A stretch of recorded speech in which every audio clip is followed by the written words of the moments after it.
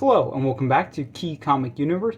I'm back here today with another comic book haul, and we got a lot of books. Well, not a ton, but enough big books as well. And also in this video, we got a pretty good run of ASM in.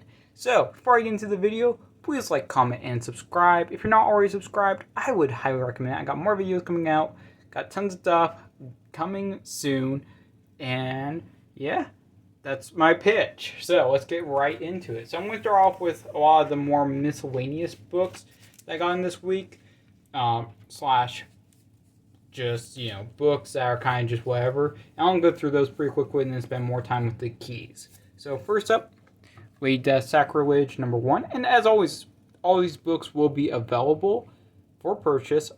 You can DM me, reach out to me on Instagram at Key Comic Universe if you see any books you're looking for. Lady Death Sacrilege #1, New Mutants issue #1, and these are going to be a little bit out of order, but for this first part. But anyways, Red Sonja issue #25. This is the 1 in 20 variant. Immortal Hulk issue #33/750, pretty cool. Eternals issue #8, variant. Kind of going back to classic Eternals look from like the 70s with Jack Kirby, but obviously not artwork done by Jack Kirby, obviously. Star Spangled War issue #180. And again, all these books I buy, I pretty much buy stuff like this in bulk. This is just bulk, pretty much. Supernatural Thrillers issue #15. Pretty cool mummy cover, or living mummy cover. Definitely some cool stuff. Really like that series. Star Wars, The Clone Wars, Battle Tales, issue #3. Harley Quinn #2. Daredevil #34. Cool bullseye cover, definitely. Excalibur issue #23. Doom variant. Always gotta be having some of that Doom. Okay, let's see. Star Wars Bounty Hunters issue #14 variant. This is the anniversary variant. It's a book. I think there was a little bit of hype with this book, but I think that's pretty much died down or non-existent now. Not like a big book or anything like that. Batman issue #105 variants. Wish it was #106. That would be a little bit better. Out of the Body issue #5. Have no idea what that book is, but you know what? When you're picking up books, you see something for cheapo, it's like, hey, I'll check that out. Why not? Venom issue #30. Always cool. Love Venom. Definitely some awesome stuff there. World's Finest issue #2. Amazing Spider-Man issue #68. And now we're going to start getting into some of the better books. Doing nothing too crazy yet, just some of the better books that were picked up.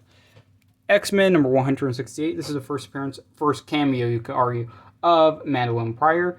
Cool book, cool cover. Whenever I see this book for like very affordable pricing, I'm picking it up in pretty much any condition. It's just a really good book. I think this is a classic cover. Just, very simplistic, very basic, but still gets the message across of like what's going on. So definitely cool book. Love seeing it. Okay, JLA/Avengers issue #3. Definitely some awesome artwork by George Perez in this, with this cover, with this book. Really just an awesome cover. Yeah, I love this book. Anytime you see it come up, definitely a good book to grab. In my opinion, especially at the right price. Like, you can find that book for affordable pricing. Heck yeah. Okay, and now this book, I had no idea that was even a thing. Like, when you're out there searching for books and you see something like this, it's like, okay, but you see it for cheap fun. It's like, okay, I'll grab it. It's kind of a cool cover. Don't even know what it is. So this is, what is it? The Death of Nancy Drew, issue #5. Had no idea that this was even a series. Looked this book up. Turns out this book is actually super scarce. Like, there are 0 on eBay, 1 sold. Just a seemingly hard book to get, as far as I'm aware. But hey, always pick up the more obscure, harder to find books. You never know. Could find something cool with that book, for example. Immortal Hulk issue #41. Really good Alex Ross cover. Always doing awesome stuff. Always picking up his work. Immortal Hulk, definitely an amazing series. Definitely always good. Radiant Black issue #2, 3rd printing, and this is the 1 in 10 variant for the third printing, which I had no idea that was even a thing.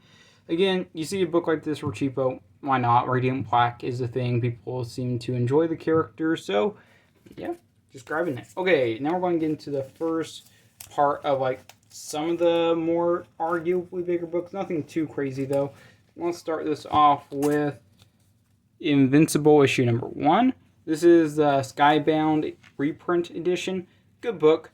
Definitely, still the same book, obviously, just different cover. But, whenever I see these reprints, I pick them up. Invincible is such a good series that I feel like even the reprints are going to continue to grow in value. Submariner issue number 47. Cool Doom battle book. I mean, who doesn't like these Doom covers from like the Bronze and Silver Age? I go after them when I see them. Submariner issue number 35. And if I am correct on this, which I think I am, this is the first appearance / cameo appearance of the Defenders. Definitely cool book. Yeah, why not? Okay, next for Submariner, we've got issue number 8. And this one's already sold, just to put out there. But Submariner issue number 8, this one's already gone. But I still have it, for this video. And it's going to get shipped down in a few days. But definitely just notable book. Really cool cover. Really good Thing versus Namor battle in this book. So, yeah, why not? Why not pick that up? Then we got Submariner issue number 50. This used to be kind of a nothing book. Honestly, you would see this book for like $5, maybe $10, even a nice grade.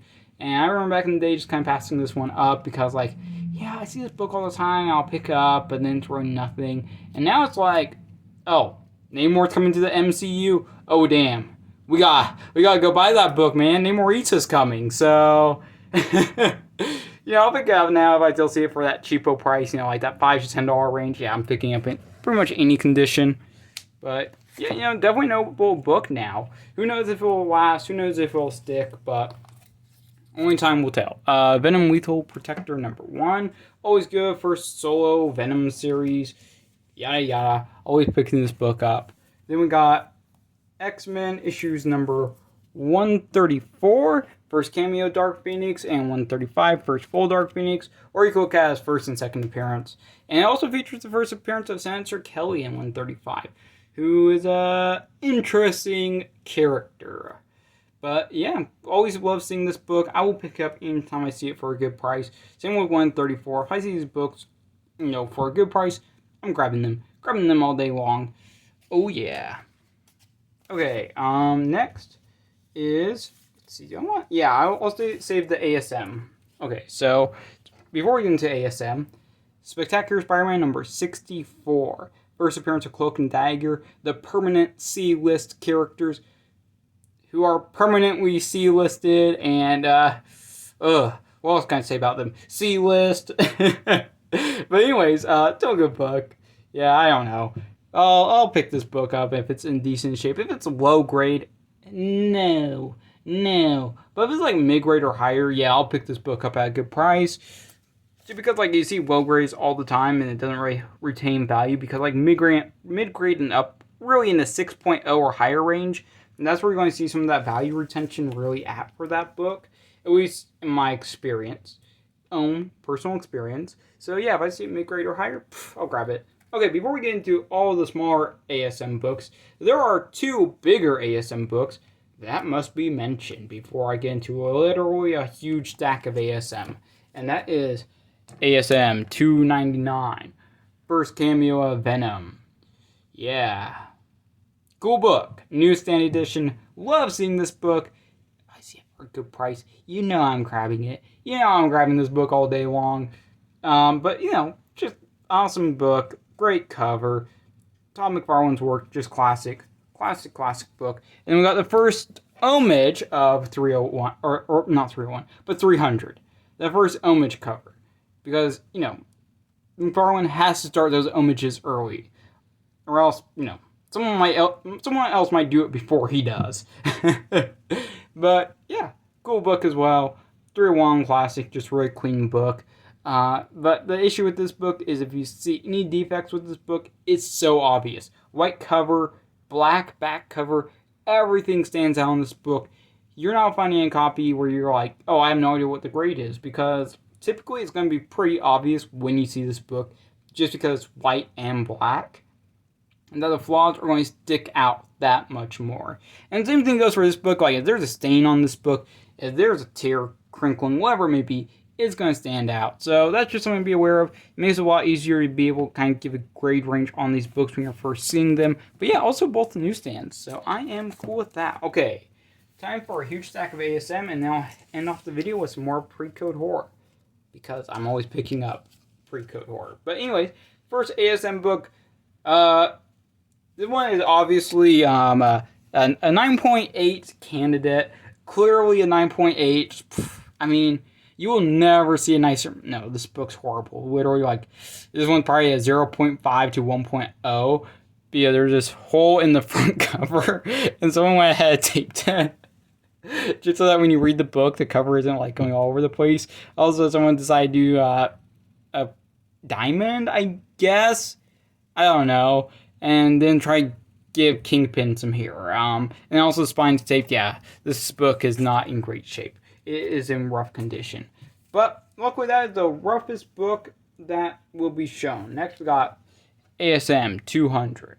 Classic book. Awesome cover. Yup. ASM number 203. Spider-Man faces off / meets up with Dazzler. I can't remember if they team up or not. It's been so long since I read that book. Well, there's like older ASM books. The storylines are pretty basic, and some of them are pretty forgettable. ASM, but this one isn't. ASM 212, first appearance of Hydro Man.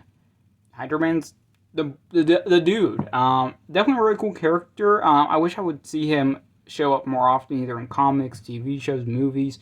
Because even though he's super similar to Sandman, and I know he's always getting compared to Sandman, I think, the character story is still pretty unique and definitely different than that of Sandman. And I feel like this book, even though it's cooling off and even though it's probably seen its hype for a very long time in the past year, I think this book should be worth more. But that's just my opinion. I always think that this book is undervalued. Like, every time I see this book sell, I'm like, damn, that's a pretty low price for this book. Next, ASM 219. Yup. Now, that's Frank Miller art, I believe, on that book. ASM 221, yup. ASM 223, yup. ASM 224, yup. So much filler during that time period. There's a lot of filler. ASM 250, it's a pretty cool anniversary issue. Hobgoblin, always classic. Love seeing that Hobgoblin. And this was a shock, actually. This one was a pretty big surprise. I bought this one just as is, just as a newsstand, super cheapo price, and I didn't expect anything special about this book. But sometimes when you're reading through your books, ASM 258, and sometimes you want to check those newsstands, sometimes they have Mark Jeweler variants, and this one does. I know that doesn't really affect the price on this book very much, like, it's like a $5, maybe $10 difference most of the time, but, I mean, still, see Mark Jeweler, even though it's not much of a price increase or difference, it's still cool to see. Still a cool book. Classic cover. Classic storyline. Can't complain. ASM 261. More Hobgoblin. ASM 277. Yup. ASM 281. Okay. ASM 282. Awesome cover. I love these anniversary covers. I always felt like this one was pretty cool as compared to some of the other ones. Like, some of them, it's just very bland. But I like this one. It was cool. ASM 283, yup. ASM 284, yup. ASM 288, okay, yeah. ASM 303, newsstand and direct. Now you gotta have the pair, gotta be matching, sorta, I guess. But cool Tom McFarlane thing. Well, looking at these covers just because of the hidden, like, spider logo in them. This one's pretty obvious with this one, but, still a cool book. Like the cover, like the artwork. ASM 304, okay. ASM 307, not 307, 305, yeah, sure. ASM 308, cool. ASM 312, definitely a cool, iconic book. Cool cover on this one. This was one that I was searching for as a kid because I got really into, like, McFarlane Like my first Spider-Man books I was reading was 315, 316, and 317 as a kid. So I always have fond memories of those. And then when I saw this cover, I was like, I gotta get that book. I gotta get it. So now, I'm gonna see this book, I'm picking it up. I know that's not even like a big book or anything like that, but it's such cool artwork on the cover, inside the book. It's just a classic. Just a classic. Same goes for this book. More cover-wise than actual interior art, in my opinion. I always feel like the cover was one of the best parts, but really cool book. ASM 313. Yeah, cool book. Then we got ASM 314. Cool book. ASM 315. This is a return of Venom, because, you know, Venom kind of just took off. Definitely a very cool book. Definitely a very cool character. Yeah, cool book. ASM 321, yep. ASM 323, okay. ASM 326, it's okay. It's kind of a little bit of a boring book. ASM 327, Magneto appearance, kind of cool. ASM 328, Spider-Man faces off against the Hulk. Cool book. Really like the cover on this one. Pretty cool. Again, this is another book that I'm surprised doesn't go for more, even in a nice grade. But, no, it's not like a big key or anything like that. So I totally get that, why this book isn't huge or anything. ASM 330, yep. More copies of ASM 336. Literally at this point, I think I have like 4 to 7 copies, somewhere in that range of this book. Here's another book I have a lot of copies of, ASM 337. Now, I didn't buy this book when the whole speculation thing was going on with the Sinister Six, and then after that, I didn't realize that, during, after, whatever it may be, I didn't realize that this book took off, and I'm still picking up copies, was unsuccessful in selling out some of the other copies, so, no, I don't mind picking up more copies of this one. This one is super, I don't want to say super low grade, but it does need a really good press. Like, definitely needs a press if this thing's ever going to be nice. ASM 338, again, see tons of these. It doesn't mean that the books aren't worth anything, because there are common books out there that do go for money, like ASM 300. There's tons and tons of copies, but that book goes for money no matter what. Now, this book, it's still pretty much a nothing book, though. Kind of went off on a little bit of a tangent there. But anyways, ASM 347. This book looks super nice from the front. I was like, hey, that's really nice. There's like 2 spine ticks on the front of this book that are really noticeable, and a couple smaller ones. Okay, you know, not too bad. And then you flip it over, and there's like a big boy crease. Well, not like huge, but it's like basically if you reverse the cover, it's like from right here all the way down to about right here, which is unfortunate. Probably not pressable either. Unfortunate. ASM 348. As you mentioned, the 347 has awesome cover artwork. Definitely very cool. ASM 350. ASM 415. ASM 440. Hey, cool cover. Cool book. One of the last issues in the series. Personally, I really like the Gathering of Five storyline. I know that's not the best storyline ever, but, you know, it's still entertaining enough. ASM annuals 23 and 25, and I believe that is it for ASM. So, yeah, we got through all the ASM.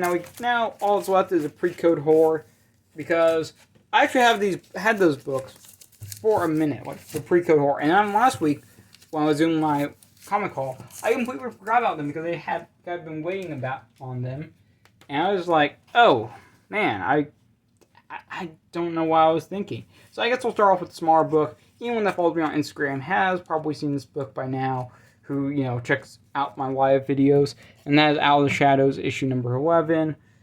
I mean, what can I say about this book? Awesome awesome skeleton cover. Always really enjoy these skeleton covers, always stand out to me. The artwork on this book, super original. This book is also, like, definitely has value behind it. When this book comes up, even if it's like beat, it still goes for money. It's one of those books that, you know, when I first saw it, I was like, how do I feel about this book? And the more I thought about it, the more I was like, yeah, that's a sweet book. it took me a little while to get used to the artwork for Out of the Shadows, just because it's really different than what you'd see with other pre-code horror books. But personally, I really enjoy it. I think it's pretty cool. I forget who did the artwork, but I'm horrible with names. Don't ask me about names ever. I'll be like, who? But anyways, cool book. And then final book of this haul, Mr. Mystery number 18. Now, you can actually go on eBay right now, and this book won't even be on there. You can look at sold listings, and most of the time this book goes for really good money. Now, I got extremely lucky. Extremely lucky with this book, because prior to this book coming up to market, the most recent sale for anywhere close to this grade was around $870, maybe a little bit over that.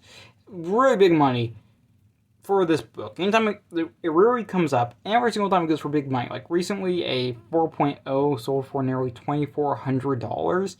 It's insane. So, I'm always looking for Mr. Mystery. That's a run I'm currently working on, just because I really like the artwork of the series, really like the stories. Same with Weird Mysteries, but that's more down the road. But anyways, Mr. Mystery, I never see this book at a good price, and it's an insane cover. You got bondage, decapitation, shrunken heads, arguably cannibalism? Maybe? I don't know. Anyways, I was up super early in the morning one day, and I was like, yeah, I should check eBay for like recent listings of pre-code horror, because I did that about once a day to like once every 3 days, somewhere in that range. But I was just somewhere, I was like, yeah, I'm up. I'm not doing anything. I'm going to go on eBay and take a quick look. Well, this one had been listed about 5 or 10 minutes. No, closer to 10 minutes before I logged on. I was like, damn, that's pretty low grade. But this book goes for crazy money, and this person has a pretty low price on it. What if I sent an offer? Because who else is up this early in the morning? Who else? No one else gets up this early in the morning. So I sent I wouldn't call it a lowball offer, but it was low-ish. Just because I was testing out the waters, see if I could get this book for a much more affordable price than what they were asking. It was already really cheap for this book, for what it is. So I was like, cool, if they don't accept my offer, I can just buy it in like a few hours. Hopefully, it's not gone by then. Well, about 10 minutes later, 5-10 minutes later, they accept my offer. I'm like, oh, that's pretty cool. So yeah, this book is obviously a personal collection at this point. I was considering selling it, but even if I sold it at where the fair market value would be at, based upon like auctions, like from the last few years, I still wouldn't be able to it wouldn't make enough of a difference right now where I'd be like, oh cool, it's make or break. So like on the pricing of the book. So this one I'm just going to hold it. I'm going to enjoy the book. I'm going to keep it in the personal collection, and then down the road, if anyone wants it, or if I upgrade or anything like that, yeah, this book's gone. It's out of the collection. I know this book is super low grade, by the way. It's all there. Everything's complete. It's just super low grade. I'm shocked that everything's still there with how messed up this book is. But at least it presents decently from the front. I know that doesn't look the best, but at least it presents decently. You can see everything. Nothing's covered up with tape where it's unseeable. So yeah, that's it for this comic haul. That was nearly, or about 100 books. About 100 books. Crazy, tons of stuff.